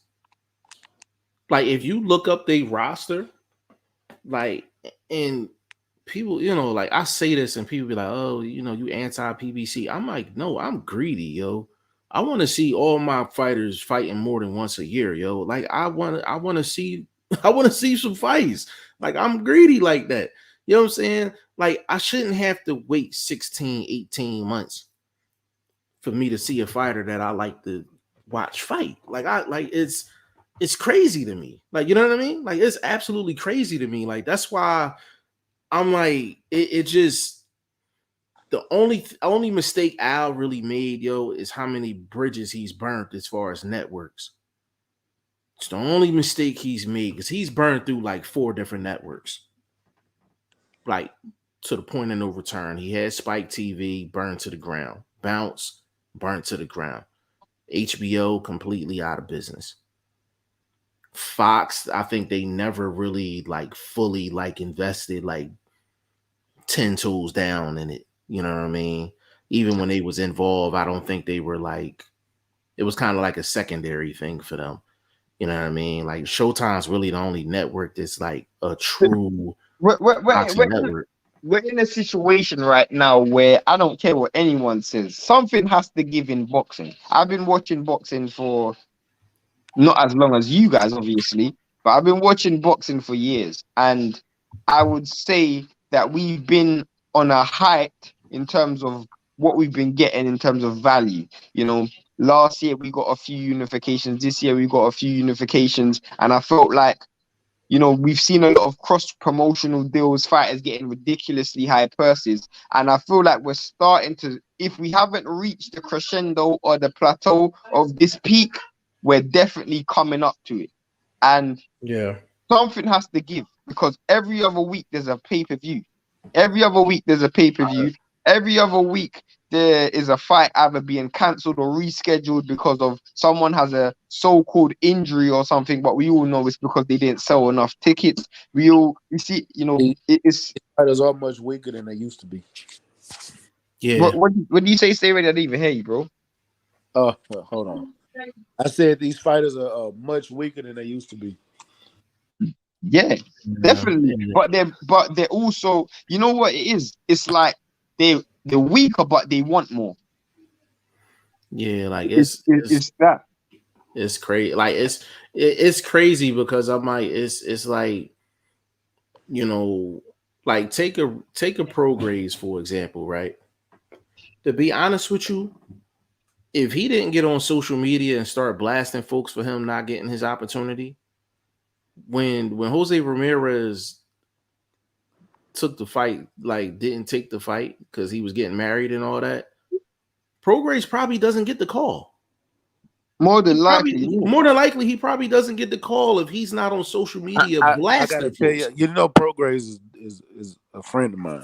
Yeah, for sure. I'm gonna tell you, he was supposed to get that fight before Ramirez. Yeah, exactly. Because he already fought the eliminator. He was supposed to be the mandatory, right? But he told me before the shit was announced that he was probably gonna get the fight. He just hadn't got. This was before anybody knew Ramirez. He told me out his mouth that Ramirez having a baby. That the WBC just announced that shit. It ain't guaranteed that fight gonna happen. And this was before he went on his rant. Then he went on his rant, and that's what happened. And it's a little. Prograde is a victim of Prograde, Demetrius Andrade, who else? They're a victim of their own skills, yo. Not even victim of their own skills. They're a victim of their own skills, but they're a victim of an incredibly toxic environment, which we call boxing. The truth is, bro, right now, everybody is just crabs in a bucket. Promoters, governing bodies, fans, everybody's just trying to get what they can get to appease themselves. Managers, nobody cares about morals or right or wrong, because the truth is, I feel like everybody's looking at it like you got a lot of people around a similar age, and I feel like a lot of people have seen the likes of Fury, AJ, Canelo, you know, Wilder make large sums of money, large sums, Golovkin, and everybody's just trying to make that same sum of money. So wherever they can make that dollar, that's where they're going. And I don't blame them for it, because boxing is that type of sport. But the issue that we're having is, people are trying to do it the shortcut way. You know, Wilder had to take a lot of those lesser fights to build his name up so he can do those pay-per-views. The issue that a lot of people are trying to do, they're trying to fast it, like Crawford, for example. To me, all due respect to Crawford, in terms of skill, he deserves all the purses in the world. But you just don't generate that income. You just don't generate it. And a lot of these fighters are demanding purses and they don't generate that. They don't generate it. Tevin Farmer and Mickey Bates, that fight got pulled through. Those fighters don't warrant that type of money. If we look at the papers, the paperwork and the numbers, they don't warrant that purse. Wow, and that's the problem. There's about 12, 13 fighters in boxing right now who are probably, every fight they're fighting, they're probably operating at a loss. They're a promotional company. Listen, for a while, I think his number went down a little bit. Erislandy Lara was making 7 figures a fight and was guaranteed a main event slot. Like it's fighters like that, skill wise, they deserve it, but they just don't bring no. They put nobody in the seats. That's why when people talk about Broner, I'm like, they was like, oh well, because I don't know if you've seen it, Shane, but yesterday, Wyatt Son was in the comments. He said, he was like, well, Broner only won 1 fight in the last 5 years. Like, I'm not excited about the news. So my response was, when he fought Giovanni Santiago, everybody asses was sitting in front of the TV watching it.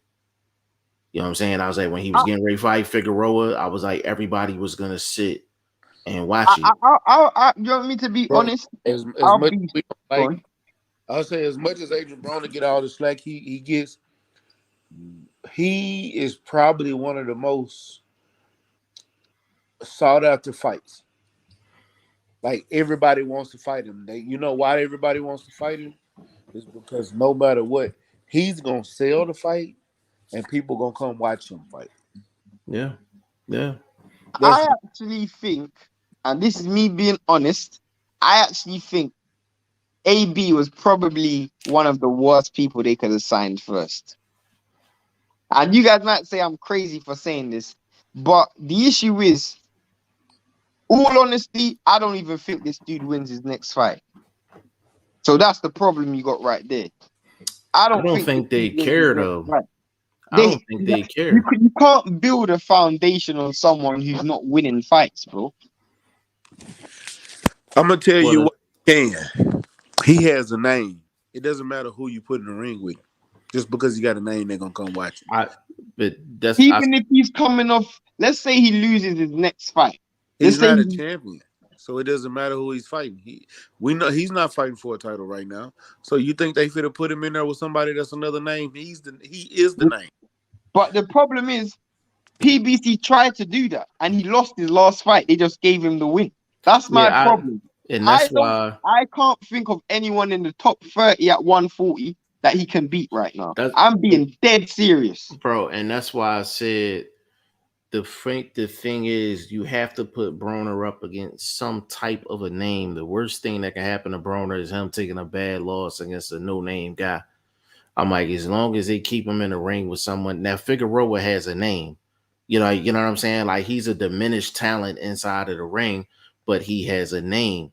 I'm like, as long as Broner's in the ring with guys like that, win or lose, they're still gonna watch him, and he's one of the few in the sport that can get away with that. Nobody's thinking Broner's gonna come in his next fight and set the world on fire. That's just not. He hasn't shown that. He hasn't shown that in years. You know what I'm saying? This is strictly, can he get eyeballs on the TV screen or on the app or on, like, it's literally a money move for Broner. It's literally a money move. I mean, for them. Who do you make his first fight on? You know who I would do, just minus the red tape and all that, and it would check pretty much all the boxes of Rolly. It'll be hella entertaining, and it's a winnable fight for him. And people can't, and bro, and people can't, bro, and people can't laugh at it because people bought Tank Rolly. But I don't think it's winnable, bro. Why? You think Rolly mops him? Easy work. What you think? Stay ready. Nope. I think Rolly is easy work. Rolly's footwork. I'm gonna tell you why. And as much as Shane, you watch boxing and you got a high boxing IQ. I'm surprised you say it's easy work. I don't think so. One, I don't think Rolly gonna get a punch off because he telegraphs everything he throws. Two, his feet are pointed in the opposite direction that he's punching in. His stance is all off. He all his power comes from his arms. He don't torque from his hips. I, I'm telling you all mechanics what he does wrong. And if you bro, hold on, and if you got bad mechanics, when you fight somebody like Adrian Broner, who has one thing I know, he might not let his hands go, but he has deceptive power. He has very deceptive power. So if he and if he wants to, it doesn't take much to get somebody like a Rolly out of there. Rolly has been fighting people who's been scared of his power because of what he was doing in sparring. But we all knew what was going to happen when he fought somebody with a high boxing IQ and a Tank. Why you think Tank knew he was going to knock him out? It was an easy fight. I mean, I agree with you, bro. I 100. Everything you said is correct. Hey Shane, but I'll meet you in the middle of the street on this one, bro. If Broner can't beat Rolly, then that's all we need to know. But bro, this is my problem. Everything you said, stay ready, bro. I 100% agree. Mechanically, Rolly is horrible. He is a horrible fighter to watch. I mean, it's appalling to watch. And AB on the eyes, you know, when you isolate certain highlights and clips, you know, he's just way better mechanically. The issue that I have with AB is this was the same scenario when he fought, what's my dude? Santiago. He's just better than this dude. But the problem is, but you keep bringing Santiago, but Santiago probably got more. He's probably more technically sound than Rolly is. And then you got to remember, hey, how long was AB out of the ring before he fought Santiago? 2 years, right? Stay ready. I don't think I ever told you this. Yo, I literally got into a whole argument with Coach Bullet in regards to Rolly, right? Or argument with Cromwell. Yeah. Like, yo, bro. So I did a video on Rolly, and I think YSL called me. He was like, bro, you can't be putting videos out like that. You never know when you got run into it, blah, blah, blah, blah. I was like, man, I don't give a fuck about nothing. Like, you know what I'm saying? And so he actually hopped in the comment section. And left like this long ass message or whatever. And I start, and the thing that's crazy, Coach Bullet is cool with Padman. So I'm like, Padman, tell your boy, he don't even work the pads with Rolly correctly. Everything that he does incorrect, he allows him to do it on the pads. Yeah. You ever watch Rolly on the pads with Bullet? Yes, I have. Bro, everything is incorrect. Am I lying? Nope. Everything is incorrect. I laugh at him. Bro, he don't throw. I've never seen a trainer allow a guy to throw wide hooks from your shoulder blade. When you throw a hook, it's supposed to be compact like this. Rolly he go, eh. Like that's the sound that he make when he be on the pads. He like, eh. Yeah. The only time I would allow that, and I think we all can agree, is when you're not on the pad, but you're on the when a coach will have the heavy, not the heavy bag, but like Abel Sanchez does it all the time. You know that I don't even know the bag that's almost vertical. And it's on a wall. It's on a wall. No. It's in his hand. It's like a circle bag. Like and yeah. They hold it up like this. Yeah, they hold it up like this. Yeah, I know you're talking about. That's the only time, because in those incidents you're only trying to generate power and transition power throughout your shots. But if you're just talking about on the pads itself where you got mitts on and someone, then obviously you don't want to be seeing that. The issue that I have going back to AB versus Rolly is I don't think this dude's gonna win enough rounds to win the fight. Maybe he might knock him out. He potentially can, but he's got to throw Bro. more than 10 punches around, bro. A chain. But here's the thing, though. Regardless of how it go, he would need that fight because we need to know. Like we need to know. Like if Broner had an ounce of something left, like Rolly, he should beat Rolly. Like he should beat Rolly. But you know, Rolly talk hella shit. You know, Bro talk hella shit. That should be entertainment from the gate. That'd be entertainment from the Bro, gate. who I would get him to fight, bro, is Adrian Broner versus Amir Khan, bro. Get this dude knocking out Amir Khan, bro. That will be exactly what you need. I think that will be a fantastic fight, bro. Can Broner beat that. Gamboa right now? I hope so. Honestly, yeah. So there's fights out there for him to take that you're looking at it on paper and you like, all right, well, AB, you should be able to get a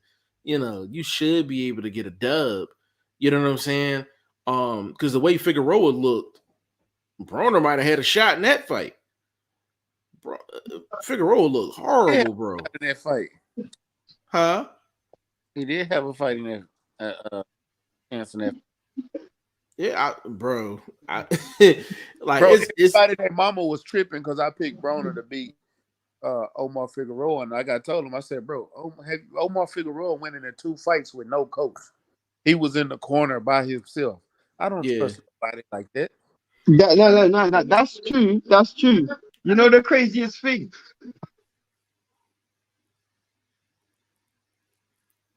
Sorry about that. You know, with this, I feel like, you know, the fight, what convinced me that this dude is finished was the Mikey Garcia fight.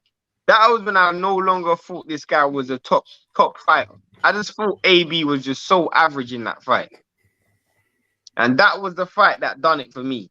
But he did a good job. And I'm going to be honest with y'all. And y'all might think I'm tripping. And I don't care what nobody's saying. I've watched this fight over and over.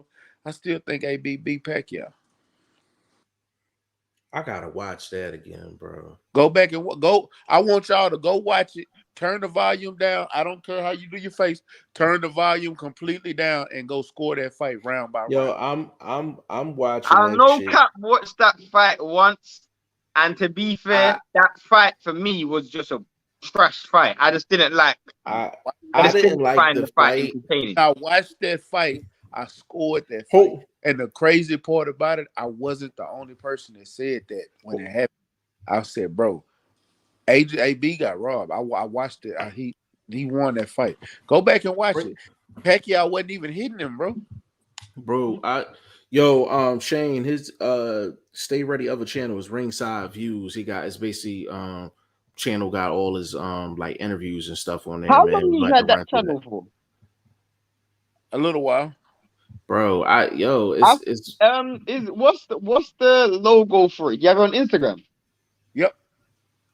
Is it blue and red? No, it's black and white. Okay, I might be getting it confused with something else. Because it's gotta I think the Instagram the Instagram has 26,000 subscribers, followers. Damn, that's dope. I thought I've seen this before. Here, I'm for to send both of y'all to Instagram. We got a lot of top fighters following Instagram. It's not just me that's running it. So I see. You still do your radio show? Huh? You still do your radio show? Still do the radio stuff. Yeah, it's like this what I'm saying, man. Like I promise you, I'm finding somebody in BLK and I'm sending the email, bro. I'm reaching out. I'm like, bro, like y'all need to holler. And not even specifically for the Terrence Crawford fight, really just for future reference. You know what I'm saying? Like for future reference, like they really gotta get tapped in. Cause I'm like, they mentioned the Crawford, they mentioned Broner, they mentioned Andrade, and I'm like, the only person we've seen is Blue Blood, and all he's been doing is just explaining what happened with the Crawford situation. But I'm like, we don't know about the company. I'm like, and it's no disrespect to Blue Blood. I'm like, we don't know anything about the company, the representatives. Like, they haven't had an introduction. They haven't had an Who would be introduction a to the good boxing world. person to speak to is L Dub. I'm pretty sure I saw L Dub with Blue Blood the other day. Yeah, I don't know if that was an old pick. Oh, maybe it might have been an old pick, but yeah, man, like I'm emailing them, bro. Like, if I find a contact, I'm emailing them like tonight. Like, we need to talk. Like, for sure, like, we need to talk. Because I won't lie to you, Jeff. I actually respect that you would do that because, you know, what's the worst they can say? Yeah, I was gonna say, why not? I ain't got nothing else better to do right now. Like, why not? You know what I'm saying? Like, why not? At the end of the day, man, like, it's just, I think right now, like, all these fighters just need exposure. This is why Stay Ready's other channel is, well, especially on Instagram, the shit is jumping. The shit is jumping. But we know, because listen, Stay Ready. This real facts, bro. Before we go. Real facts. Shane got like 150 Instagram followers. 150. I don't even think I have that much, bro. I gotta do a discount double check. I gotta do a discount double check. Okay, I was one off. He's at 149. So I need somebody to subscribe to Shane and get him to 150. So, but Stay Ready. But the thing is, bro, every time he posts something, it ain't nothing but heavy hitters that's watching. It's nothing but heavy hitters that's watching, bro. And it's like what your numbers are is not a true reflection of your impact. Like, Stay Ready. I literally had a fighter call me 2 days ago and ask me, could I get him a fight? I've had that plenty of times. Yeah, That's crazy. like, he literally called me, and the guy was training with Roy Jones for months. He was training with Roy Jones for months, and he was trying to make his debut. He was trying to make his debut, and it's just stuff just been happening. He just Can called you me. get him a fight? He asked me, could I get him a fight? And to be honest with you, I could. I asked him where and all that other stuff. He was like, he didn't care. Cruiser. Oh wow, you definitely could. I could definitely get him a fight. It'll be his debut though. I actually could have gotten some fights out here in Houston. They always looking for. So we might have to, like, but he literally called me like 2 days ago. He was just like, yo, like, you're Stay Ready. We need to make a trip to Houston. I would have been in Houston already earlier this year in March. For COVID. COVID has been ruining me, bro. I can't travel to America without a vaccination. So I'm hoping at some point you guys go easy on that vaccination requirement. They lift all that. What did you say, bro? They getting ready to lift all that. Yeah. I'm hoping so, bro, because like literally I haven't been able to go. I was supposed to go to America this year. Literally, I wanted to go for Charlo Castano. That didn't happen. And then obviously they brought in all of the entry requirements for most of these countries. So I'm just thinking, bro, I haven't been able to travel to anywhere in the United States of America. And I want to go to Vegas, obviously, Houston. Well, probably, I don't even know where my next stop off in America will be, but it will definitely be as soon as they lift this COVID crap. Bro, it's crazy, Shane. It's crazy, man. I literally told the dude, I said, let me make a couple phone calls, make some things happen. And I was like, I'll hit you back. Like, but I thought he was just calling just to chop it up, because that's usually like, what he called for, just to talk some boxing or whatever. He's like, yo, I need somebody to find me a fight. He's like, you really the only dude I really fuck with, and you really be, about this shit. I was like, fuck it, I'll try to find, but he knew about that because he knew I was working with Tree, like, behind the scenes or whatever. Like, because I had him and Tree on the line like at the same time. And is Tree still fighting or is Tree stopped? No, he stopped. He stopped. But he yeah, I like ever since that fight he had in Philly, like he was on his way to being 4-0. You know what I'm saying? And he got a contract in his hometown. Like, so he'd have been on TV probably by like next year, like on somebody's card next year. You know what I'm saying? If it ain't what happened to him ain't happened. You know what I'm saying? But yeah, it's crazy. These boxes, it's too many boxes and it ain't enough slots, bro. It ain't enough But slots for these fighters, man. Like it's because like you take like Brian Norman. Brian Norman is like a gym legend because he done sparred Boots, he done sparred Bud, he done sparred Tank, he done sparred all of these people. Yeah, like he done sparred all these people, but it's like, when is he actually gonna jump in the ring though? I heard about that dude before. Yeah, you know what I'm saying? Like, because he sparred Bud, and from what I heard, he had Bud hurt like a couple times. He sparred Tank. Can I ask you guys a question before we jump off? Who's Errol gonna fight next? Stan Jonas. Nope. He's waiting on Bud. I heard Stan Jonas. Did you listen to the audio? What audio? So wait, he's gonna wait till Bud fights Avenation. Do y'all got TikTok? Nah. I got it, but I ain't set it up. You trying to see a way I can send it. You know what? Hold on. So this dude's gonna wait. Well, boxing is not. I mean, why doesn't he just fight Boots? Didn't Bozy put in a petition to become mandatory? Yeah, but if he fights anybody, it got to be Stan Jonas, because Stan Jonas, people forget Stan Jonas. They paid Stan Jonas step aside money for him to get what ended up being Ugas, but it was supposed to be the Pacquiao fight, and that's why he fought Tayev. No, they paid Ugas. You can play it right now on air if you want to, but I just said it again. I just sent it to you. Oh, okay. The issue that I have is, and this is what I'm saying: when was the last time Errol Spence, defended his IBF mandatory? I can't even remember. Was it Lamont Peterson? Ocampo. Oh wow. Yo, send it again, bro. I don't know where it went. I'm like not tech savvy. I got it on Instagram, but obviously right there.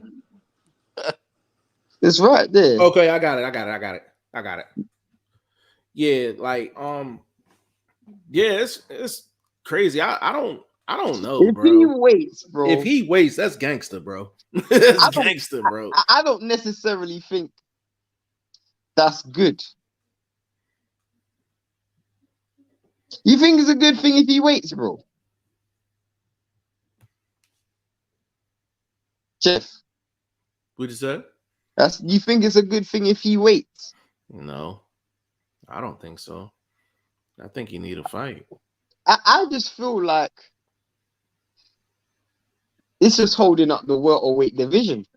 I mean, there's other dudes in the division that need fights. Boots, Batayev, Stanionis, Virgil. These dudes need fights. I mean, the division shouldn't be held up because of two individuals.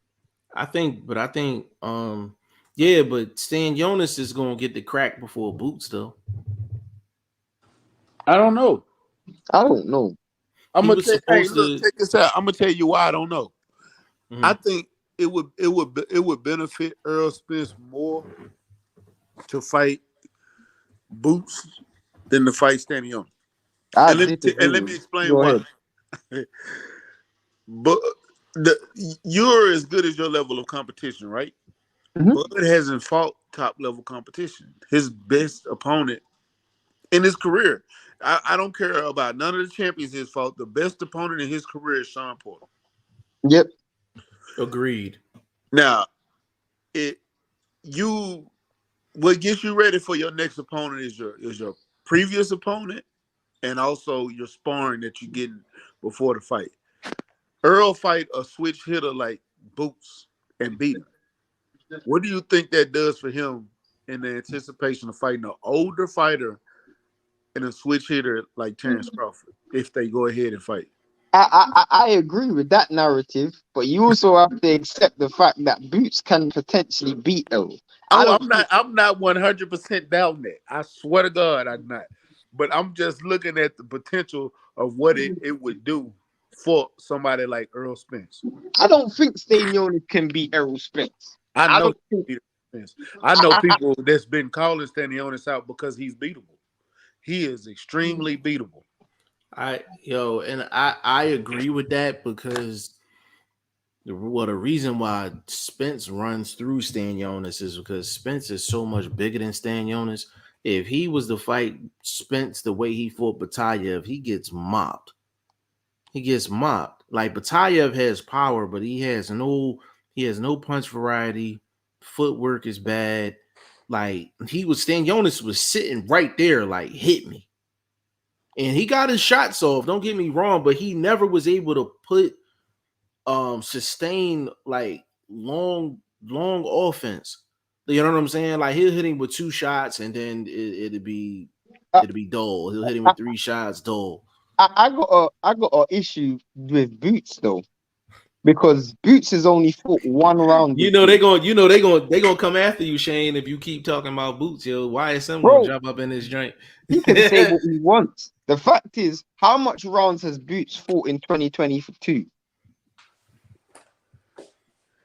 I agree with you. How many rounds has he fought in 2022? I don't know. What was it? Last time he fought a 12-round fight? When he fought Clayton, what was that? What, 1 round? That was less than a round. When he fought Loma, that was less than 35 seconds. And then when he fought Lipinets, that was 8 rounds. That was 5 rounds. What was that? Rounds. What, 2021, early 2021. So in the space of 18 months, he's fought 6 rounds. No, forget that, because that was early. In the last 18 months, he's fought for maybe 2 minutes. I mean, what? 3 minutes at maximum, 4 minutes. Yo, hey, stay ready. And this is like, I'm from Philly. I can't talk about Boots. They'll be at my front door. Like, but this is what I tell people, bro. I'm like, we ask of Boots the same thing we ask of any fighter that's on the come up. Of course. And I'm like, yo, I know how good he looks. Man. Like, Boots is physically, you're not going to find a better talent. You know what I'm saying? But at the end of the day, I'm like, we still want to see our prospects and our contenders go through certain things to find out what we got. Errol Spence can afford to wait for Crawford. He can afford to wait for Crawford. Whether I think it's right, you think it's right, he can afford to do it. Boots can't afford to wait for Errol. That's the problem. Because if Errol says he's waiting it out, Boots still needs to find an opponent. Bro, you can't go into another calendar year without fighting someone for at least. You need to do rounds. Boots can afford to lose a fight. Earl don't. I don't think neither one of them can afford to lose a fight. I think they can. Boots is just at the beginning of his career. I don't care how many fights he done had. He lose a fight right now and become a champion. They can't do nothing about it because he can still take the sport over. Hey, stay ready, but check this out though. If Earl was to entertain Boots, he'd be better to do it right now. Yeah, he'd be better to do it right now. He only fought 2 minutes in 18 months, Shane. Technically, 2 minutes in 18 months. If Spence is gonna do it, it's better that he does it now because Boots a year and a half from now may be on like borderline unbeatable stage. Boots needs opponents, so Boots needs to fight. He needs to fight someone.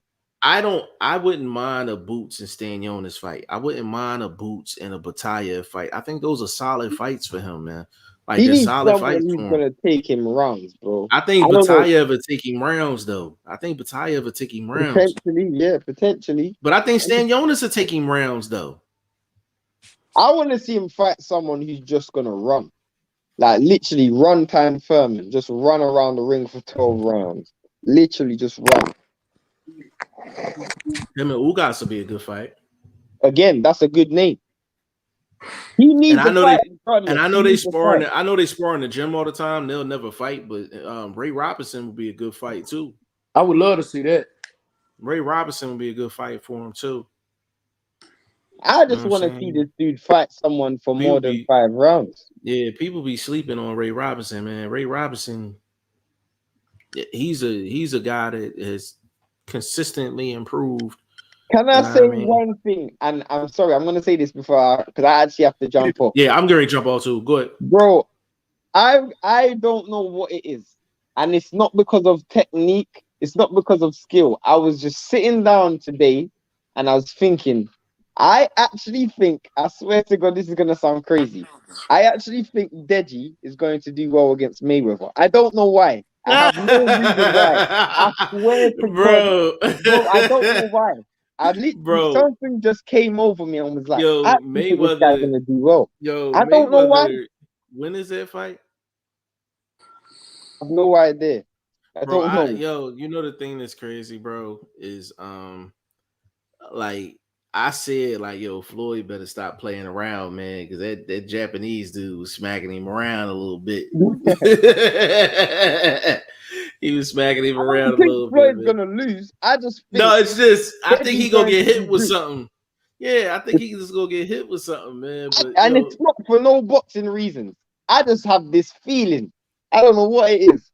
I just have this feeling. It's the same feeling I had before Ruiz versus AJ. Like when I saw that ring walk, I was like, is it a betting line on it? Nah, there's no betting line because there's no result. 2 million to 1. I mean, if it was 2 million to 1, I'm putting at least $1 on it. At least $1. Right, you have to. But man, let's get up out this joint, man. 2 hours strong, man.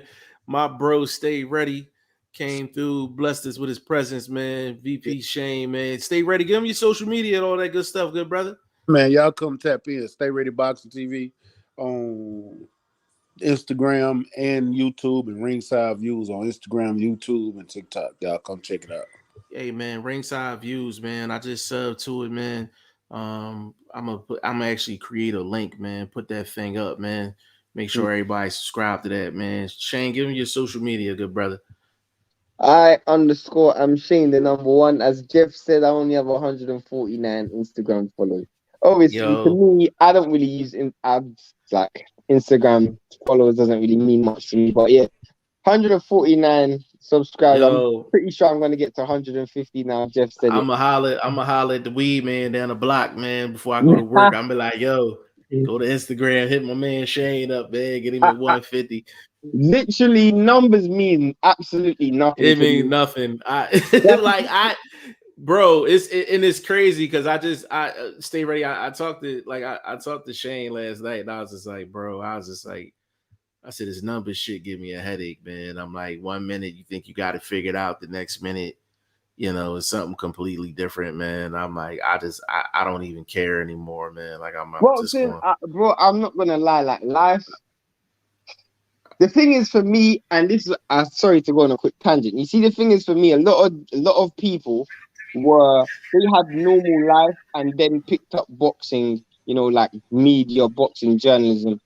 I was completely in reverse. Like I left education and went into media, went into journalism. I was in education and doing journalism. So it was like, for me, I'm now doing things in reverse. I'm finally starting to get like a real life, like a real, like day-to-day, I don't know what you want to call it, but so I'm becoming less detached. That